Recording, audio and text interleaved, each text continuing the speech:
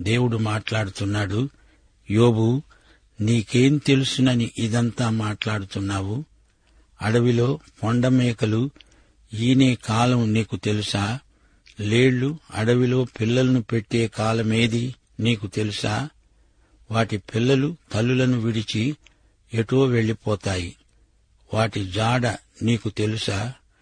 ప్రియ శ్రోతలు, జీవితంలో మనకెన్ని సమస్యలు ఎదురవుతాయి. మన దృష్టి సమస్యల మీద కాదు, దేవుని మీద ఉండాలి. దేవుడు యోబును ఎన్నో ప్రశ్నలడిగాడు. జంతుశాస్త్రం మానవుడికి తెలుసా? ఎంత తెలుసు? దేవుడు అడిగిన ప్రశ్నలకు యోబు జవాబు చెప్పలేడు. చెప్పనక్కర్లేదు. యోబు దేవుని మాట వినాలి, అంతే. దేవుని నీతి న్యాయములు ఎన్నటికీ మారవు. దేవునికి పక్షపాతం లేదు. దేవుడు ఇచ్చింది, జరగనిచ్చింది మానవుడు కృతజ్ఞతతో స్వీకరించాలి. అరణ్యంలోని అడవిగాడిదలను, గురుపోతులను, నిప్పుకోడిని సృజించిన జ్ఞానం ఎంత గొప్పది! అడవి గుర్రాలు, డేగ, పక్షిరాజు ఇవన్నీ దేవుని సృష్టే.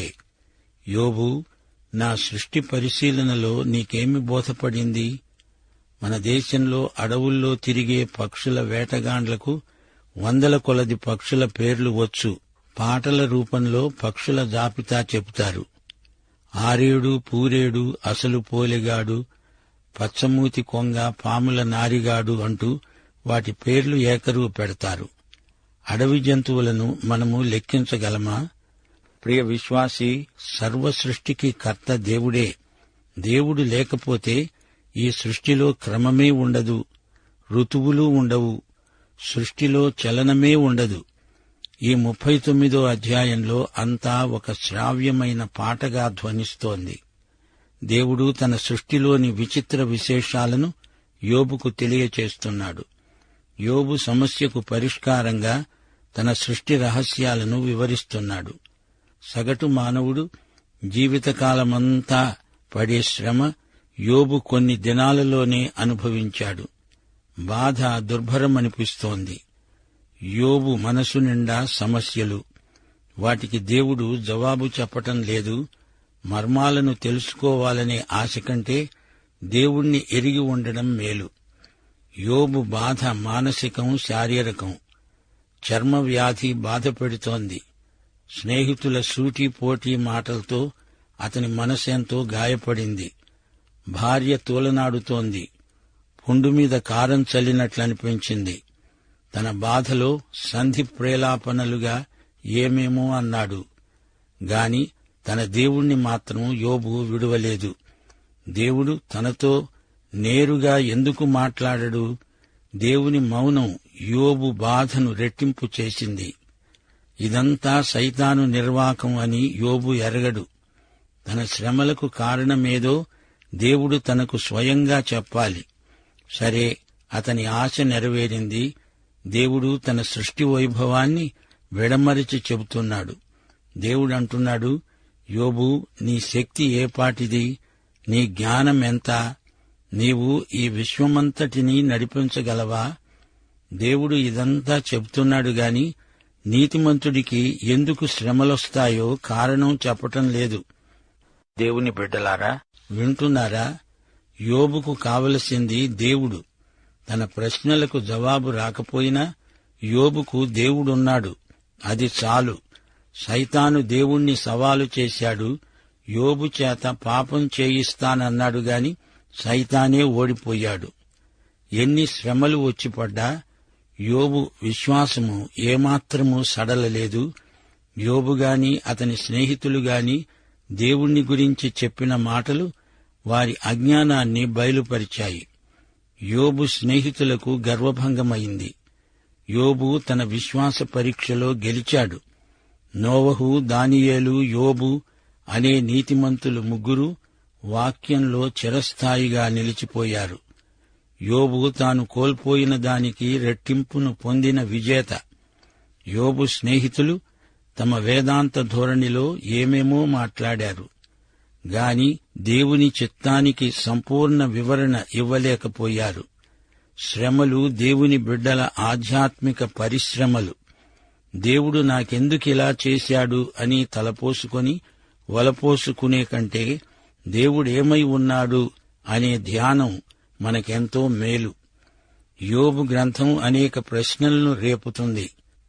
ఈ ప్రశ్నలకు జవాబులు కొత్త నిబంధనలోనే దొరుకుతాయి. క్రీస్తునందు యోబు ప్రశ్నలకు జవాబులున్నాయి. యోబు సమస్యలకు పరిష్కారమున్నది. యోబు గ్రంథంలో 6 ముఖ్య ప్రశ్నలున్నాయి. 1. దేవునితో నాకు వ్యాజ్యమున్నది, మా ఇద్దరి మధ్య ఉండి మా ఇద్దరిపై చేయి ఉంచదగ్గ మధ్యవర్తి లేడు అని యోబు అంటే 1 తిమోతి 2:5 అంటోంది. దేవుడొక్కడే, దేవునికి నరులకు మధ్యవర్తి ఒక్కడే, ఆయనే యేసుక్రీస్తు అనే నరుడు. 2. ప్రశ్న, మరణమైన తరువాత నరులు బ్రతుకుతారా? దీనికి జవాబు యోహాను సువార్త 11:25. యేసు అన్నాడు, పునరుత్థానమును జీవమును నేనే. నాయందు విశ్వాసముంచేవాడు చనిపోయినా బ్రతుకుతాడు. 3. ప్రశ్న, నాకు సాక్షి అయినవాడు పరలోకంలో ఉన్నాడు. నా పక్షముగా సాక్ష్యము పలికేవాడు పరమందున్నాడు.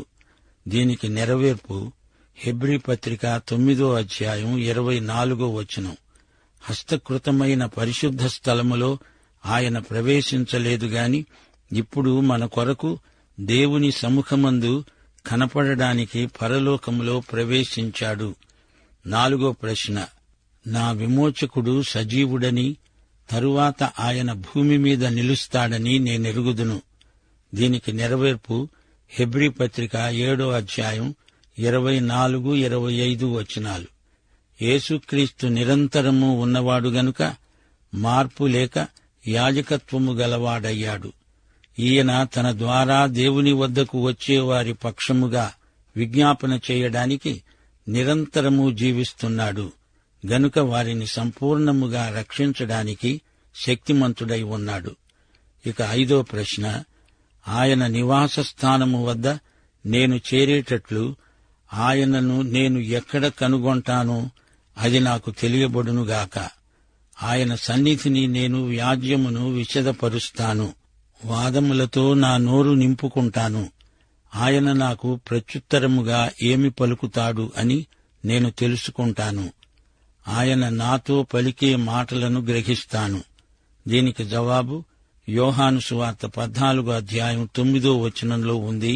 యేసు అన్నాడు, నేను ఇంతకాలము మీ వద్ద ఉండినా నీవు నన్ను ఎరుగవా? నన్ను చూచినవాడు తండ్రిని చూచి ఉన్నాడు.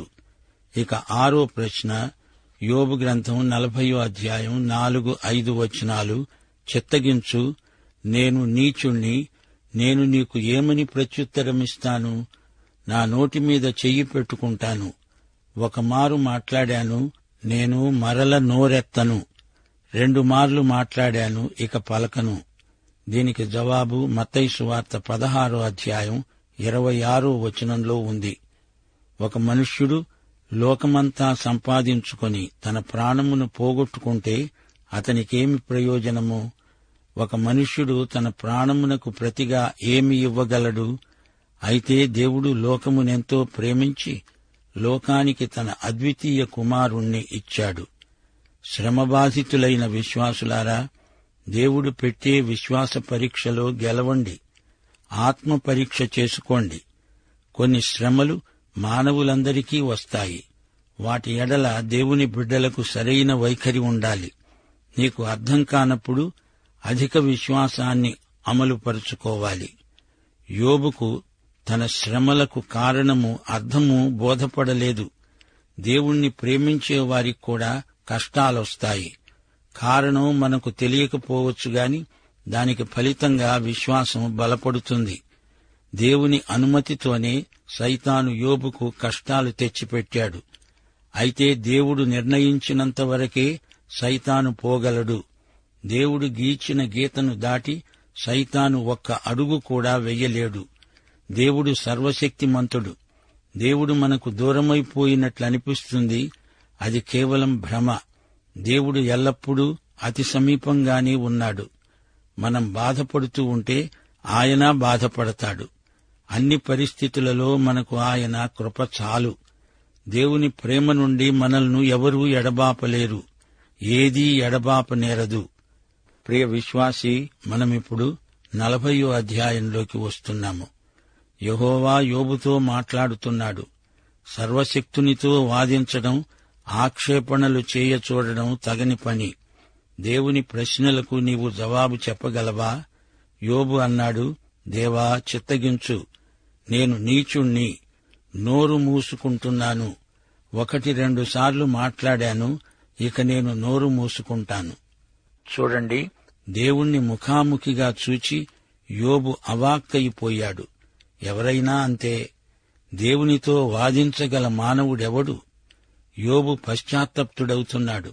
సుడిగాలిలో నుండి దేవుడు యోబుతో మాట్లాడుతున్నాడు. యోబు, నీవు న్యాయాన్ని బొత్తిగా కొట్టిపారేస్తావా? నా మీద నేరం మోపి నీవు నిరపరాధివని నిరూపించుకుంటావా? నా బాహుబలం ముందు నీ బలమెంత, నీవెంత? నా కంఠధ్వని ఉరుములాంటిది. నాతో పోటీ పడతావా? ఆడంబరము, మహాత్యము, గౌరవము, ప్రభావము ధరించుకొని తగుదునంటూ నాతో వాద ప్రతివాదాలు చేయడానికి పూనుకుంటావా? ఏది? నీ ఆగ్రహాన్ని కుమ్మరించు, అది ప్రవాహమై పారేటట్లు చెయ్యి, చూస్తాను. గర్విష్ఠులను అణిచివేస్తావా? దుష్ట శిక్ష, శిష్ట రక్ష నీ చేతిలో పెట్టుకుని చేసి చూపు. యోబు, నిన్ను నీవు నా స్థానంలో పెట్టుకుంటావా? సృష్టిలోని రహస్యములు, మర్మములు నీకు తెలుసా? నీటి గుర్రం 25 అడుగుల ఎత్తు, 60 అడుగుల పొడవు, దాని తోక, దాని కడుపు చూడు. అది విడ్డూరమైన జంతువు. దాన్ని సృజించింది నేనే. అది ఖడ్గమృగాన్ని పోలి ఉంది. దాన్ని నీవు పట్టుకోగలవా? ప్రియ విశ్వాసి, ఈ 40వ అధ్యాయంలో దేవుడు యోబును నిలదీసి అతని మీద ప్రశ్నల వర్షం కురిపించాడు. దేవుని మాటల్లో ఒక గద్దింపు, ఒక సవాలు ధ్వనిస్తున్నాయి. ప్రశ్నల రూపంలో దేవుడు సందేశమిస్తున్నాడు. దేవుని మీద వ్యాజ్యమాడతాను అనుకున్నాడు యోబు. మానవుడు దేవుని సృష్టి తన సృష్టికర్తతో వాదించగలదా? దేవుని ఎదట యోబు తన అవివేకాన్ని ఒప్పుకున్నాడు, పశ్చాత్తప్తుడయ్యాడు. యోబు తనను తాను సమర్థించుకోలేక అవాక్కయిపోయాడు. అంతకుముందు దేవునితో వాదిస్తాను అన్నవాడు నోరు మూసుకున్నాడు. దేవా, నేను నీ ఎదట మాట్లాడగలనా? క్షమించు అని వేడుకున్నాడు. దేవుని ఎదట నేను మాట్లాడేపాటివాణ్ణా అంటున్నాడు. దేవుడు యోబును ఇంకా గాఢమైన పశ్చాత్తాపానికి నడిపిస్తున్నాడు. తన సృష్టిని గురించిన గూఢమైన సంగతులను యోబు దృష్టికి తెస్తున్నాడు. యోబు, ఇప్పుడు చెప్పు, నేను అన్యాయస్తున్నా? నీవు నీతిమంతుడివని, నేను అన్యాయంగా నిన్ను బాధపెడుతున్నానని నా మీద అభియోగం మోపుతావా? నీవు నీ స్నేహితులు ఎంతో మాట్లాడారు. మీ చర్చల సారాంశమేమిటి? నేను నిన్ను కష్టపెట్టడానికి కారణాలేవో కనుక్కునే విఫల ప్రయత్నం చేశారు గదూ. ప్రియ విశ్వాసి, పాత నిబంధనలో నీతిమంతులకు వచ్చిన శ్రమల కంటే కొత్త నిబంధన కాలంలో ఎక్కువ శ్రమలు వచ్చాయి. ఎందుకు అనే ప్రశ్నకు సంజాయిషి చెప్పుకోవలసింది దేవుడు కాదు. విశ్వాసి శ్రమల ద్వారా దేవుని యందు విశ్వాసాన్ని బలపరుచుకోవాలి. దేవునితో వాదిస్తావా? నీవు దేవునితో సమానుడివా? లోకంలో గాని పరలోకంలో గాని దేవునితో సమానులు ఎవరూ ఉండరు. దేవునితో సమానుడు ఆయన కుమారుడైన క్రీస్తు తప్ప మరెవరూ లేరు. దేవునికున్న శక్తి, దేవుని అతీత లక్షణాలు యోబుకు ఉన్నాయా? యోబు దేవుణ్ణి విమర్శించేటంతవాడా? దేవుని సింహాసనం మీద తాను కూర్చుండి పరిపాలించగలడా? దేవుని పని దేవుని స్థానంలో ఉండి నీవు చేస్తావా? దానికి కావలసిన శక్తి సామర్థ్యాలు నీకున్నాయా అని దేవుడు అడుగుతున్నాడు. దేవుని మహిమ నీకుందా? ఎందుకలా మాట్లాడావు? నీవు నీతిమంతుడివా? ఎలా అయ్యావు? నేను చేస్తేనే కదా నీవు నీతిమంతుడివైంది. నీవు యథార్థవర్తనుడవు, న్యాయవంతుడవు, దేవుని యందు భయభక్తులు గలవాడివి నిజమే. గాని నిన్నలా చేసింది నేనే కదా. నీవు చెడుతనమును విసర్జించే కృపను నా నుండే పొందావు అంటూ దేవుడు యోబును లోతైన పశ్చాత్తాప అనుభూతికి నడిపించాడు. చూడండి, దేవుని యందే శక్తి ఉంది. ఐశ్వర్యము, జ్ఞానము, బలము, ప్రభావము, మహిమ, ఆశీర్వాదము అన్నీ దేవుని యందే ఉన్నాయి. ఇవన్నీ సహజంగా ఏ భక్తునిలోనూ ఉండవు. దేవుడిస్తేనే కాని ఇవి ఎవరూ స్వయం కృషితో సంపాదించుకోలేరు. దేవుడు అన్యాయం చేశాడనడానికి నీవు న్యాయవంతుడివా? దేవుడు మొదటిసారి మాట్లాడినప్పుడు సృష్టిలోని 12 జంతువులను పేర్కొన్నాడు. కొండమేకలు, లేళ్లు, అడవిగాడిదే, గురుపోతు, నిప్పుకోడి, గుర్రము, పక్షిరాజు, డేగ, ఎద్దు, మిడత, నీటి గుర్రం, మకరం. దేవుడు రెండోసారి మాట్లాడుతూ 2 జంతువులను గురించి ఎక్కువగా వివరాలు చెప్పాడు. నీటి గుర్రం, మకరం అనే ఈ రెండిటి విచిత్ర వివరాలు దేవుడు పేర్కొన్నాడు. ఈ విచిత్ర ప్రాణులను చేసిన దేవుడే యోబును సృజించాడు. ఆయన సృష్టి ఎంత గంభీరమైనది! ఈ జంతువులు, మృగాలు, పక్షులు, సరీసృపములు అన్నీ దేవుని సృష్టే. మకరము మరీ విచిత్రమైన సృష్టి. దేవుడు చెప్పిన ఈ నీటి గుర్రాలు మనకు ఎక్కడా ఇప్పుడు కనబడవు. ఇవి అంతరించిపోయాయి. తవ్వకాలలో ఇట్టి జంతువుల ఎముకలు దొరికాయి. ఇంచుమించు ఇది ఏనుగంత పరిమాణంలో ఉండవచ్చు. 15వ వచనం దేవుడంటున్నాడు, నేను చేసిన నీటి గుర్రాన్ని నీవు చూచావు గదా, ఎద్దువలే అది గడ్డి మేస్తుంది. దేవుడు ఈ జంతువును సృజించి ఆదాము కాలంలో ఏదెను తోటలో ఉంచాడేమో. దీని శక్తి నడుములో ఉంది.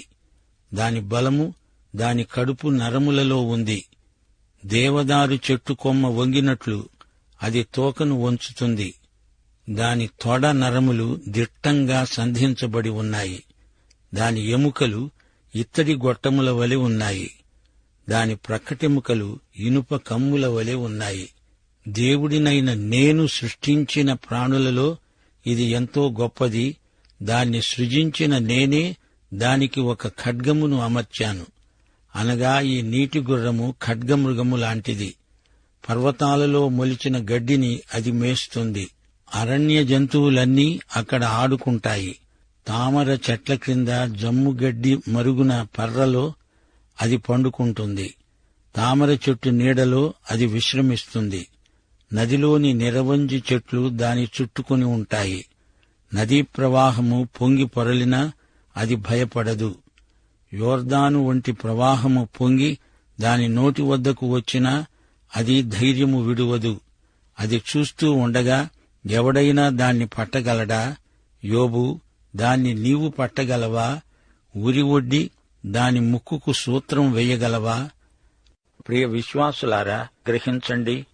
దేవుడు మొదటిసారి మాట్లాడినప్పుడు యోబులో గొప్ప పరివర్తన వచ్చింది. దేవుని మీద వ్యాజ్యమాడే బుద్ధి నైతికంగా అపచారమని గ్రహించాడు.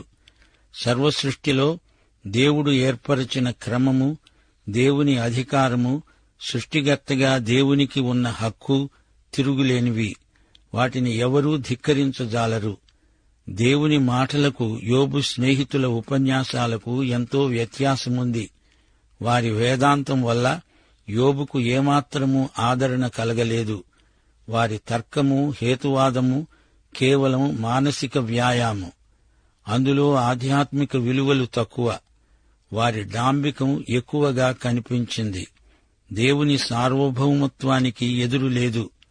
రోమాపత్రిక 9వ అధ్యాయం 20వ వచనంలో పౌలన్నాడు, ఓ మనుష్యుడా, దేవునికి ఎదురు చెప్పడానికి నీవెవడవు? నన్నెందుకు ఇలాగు చేశావు అని రూపింపబడినది రూపించిన వానితో చెబుతుందా? దేవునికి తన సృష్టిపై సమస్తాధికారము ఉంది. దానిని కాదనగలవాడెవడు? ఇదే ఈ పాఠంలోని సారాంశం. రోమాపత్రిక 1వ అధ్యాయం 20వ వచనంలో పౌలన్నాడు, ఆయన అదృశ్య లక్షణాలు అనగా ఆయన నిత్యశక్తి, దేవత్వము, జగదుత్పత్తి మొదలుకొని సృష్టింపబడిన వస్తువులను ఆలోచించడము వలన తేటపడుతున్నవి గనుక వారు నిరుత్తరులై ఉన్నారు. ఈ రోజున శాస్త్రీయ జ్ఞానం అభివృద్ధి చెందింది అనుకొని మానవుడు దేవుణ్ణి ధిక్కరిస్తే దేవుడు యోబును అడిగినట్లే ప్రశ్నలు అడగాల్సి వస్తుంది. వాటిని ఈ మేధావులు, శాస్త్రజ్ఞులు విని జవాబు చెప్పమనండి. చెప్పగలరా? కంప్యూటర్లు, అంతరిక్షయాత్ర ఇవన్నీ దేవుడు లేని మనిషికి తీర్పు తీరుస్తాయి. ఆధునిక యోబులకు ఈ పాఠంలో గొప్ప హెచ్చరిక ఉంది. నీవే ఒక యోబు అనుకో. నేటి నీ సమస్యల దృష్ట్యా దేవుణ్ణి ఏమంటావు? ఆయన మీద నేరం మోపే ప్రయత్నం చేస్తావా? యోబు ప్రశ్నలు అడగడం మానేశాడు. దేవుడడిగిన ప్రశ్నలకు అతనికి జవాబు లేదు. దేవుణ్ణి ముఖాముఖిగా చూచినప్పుడు అతనికి జ్ఞానోదయమైంది. దేవునికి స్తోత్రం. ప్రియ విశ్వాసులారా, వింటున్నారా? యోబు గ్రంథం బాధ అనే అంశానికి వాచక పుస్తకం లాంటిది. బాధ అనేది అక్షరాల మానవ సమస్య. నీతిమంతులకు శ్రమలొస్తాయా? ఎందుకొస్తాయి? ఈ ప్రశ్నలు పాత కొత్త నిబంధనల్లో మానవులు అడుగుతూనే ఉన్నారు. యోబు అడిగాడు. నా శరీరంలో ఈ ముల్లెందుకుంది అని పౌలు కూడా అడిగాడు. హెబ్రీ పత్రిక 11వ అధ్యాయంలోని విశ్వాస వీరులందరూ ఇదే ప్రశ్న అడిగారు. యోబుకు సరైన ప్రేరణ ఉంది. బాధాసహనం దేవుడు అతనికిచ్చిన సామర్థ్యం. ఎన్నెన్నో నష్టాలు వరుసగా అతని మీదికి వచ్చిపడ్డాయి. అతనికున్నదంతా, చివరికి ఆరోగ్యం కూడా పోయింది. అయితే యోబు తన విశ్వాసాన్ని కోల్పోలేదు. ఇలాంటి అనుభవాల ఒత్తిడిని తట్టుకొని నిలవాలంటే అది దేవుని కృపే. ఇలాంటి పరిస్థితుల్లో ఉన్నవారికి యోబు గ్రంథం ఎంతో వెలుగు. యోబు స్నేహితుల మాటలు ఓదార్పునకు బదులు ఇంకా బాధనే కలిగించాయి. యోబు స్నేహితులు ముగ్గురు, ఎలీఫజు, బిల్దదు, జోఫరు. వారు యోబును చూచి కలవరపడ్డారు. 7 రాత్రింబగళ్లు మౌనంగా ఉండి అతణ్ణి అలాగే గమనిస్తూ ఉండిపోయారు. అలా వారు మౌనంగా ఉన్నా బాగుండేది. వారు మాట్లాడడం మొదలుపెట్టారు. యోబు శ్రమలను విశ్లేషించి దాని మూల కారణాన్ని చర్చించటం మొదలుపెట్టారు. యోబు కష్టాలకు కారణం అతని పాపమే అని ఒకడంటే, అతడు పశ్చాత్తప్తుడవ్వాలి అని మరొకని సలహా. ఎలీహు అనే యువ వేదాంతి వారి మధ్యనే ఉన్నాడు. అతడు బహు క్లుప్తంగా మాట్లాడాడు. యోబు శ్రమలను దేవుడు అతని మేలుకే రానిచ్చాడు. బంగారం పుటం పెడితే స్వచ్ఛమై ప్రకాశిస్తుంది. అయితే ఈ స్నేహితుల్లో ఎవరూ శ్రమలకు పూర్తి అర్థం చెప్పలేకపోయారు. శుష్క తర్కాలతో, వ్యాఖ్యానాలతో తమ వాగ్ధాటిని ప్రదర్శించారు. దేవుడు ఇదంతా గమనిస్తూనే ఉన్నాడు. యోహాను సువార్త 9వ అధ్యాయంలో పుట్టుగుడ్డివాణ్ణి గురించి ప్రభువు ఏమన్నాడు? వీడు గుడ్డివాడై పుట్టడానికి వీడు గాని వీని తల్లిదండ్రులు కాని పాపం చేయలేదు. వీడు ఎందుకు గుడ్డివాడో కారణం నేను మీకు చెప్పను. మీరు తెలుసుకోవాల్సిన అవసరం లేదు. దేవుని క్రియలు వీని యందు ప్రత్యక్షపడాలి అంటే, శిష్యులారా, మీరు ఇతని కండ్లు తెరవాలి. అంతేకాని మరుగైన సత్యాలను చర్చిస్తూ గుడ్డివాణ్ణి అలాగే వదిలేస్తారా? నీ సౌశీల్యాన్ని మెరుగుపరచడానికి యోబులాంటి శ్రమలు అందరికీ రావాలని ఎక్కడా లేదు. సంగతులు మరుగు చేయటం దేవునికి ఘనత. శ్రమలు కావాలని తెచ్చిపెట్టుకోవద్దు. శ్రమలొస్తే యోబు చరిత్ర మనకు ప్రయోగాత్మక పాఠమవుతుంది. నీ శ్రమలలో దేవుడే నీతో మాట్లాడతాడు. దేవుడు యోబుతో మాట్లాడాడు. దేవుని మాటలు ఒక్క యోబుకే కాదు, మనందరికీ వర్తిస్తాయి. ప్రియ విశ్వాసీ, యోబు యొక్క దేవుడే నీ దేవుడు, నా దేవుడు. ఆయనే యేసుక్రీస్తు.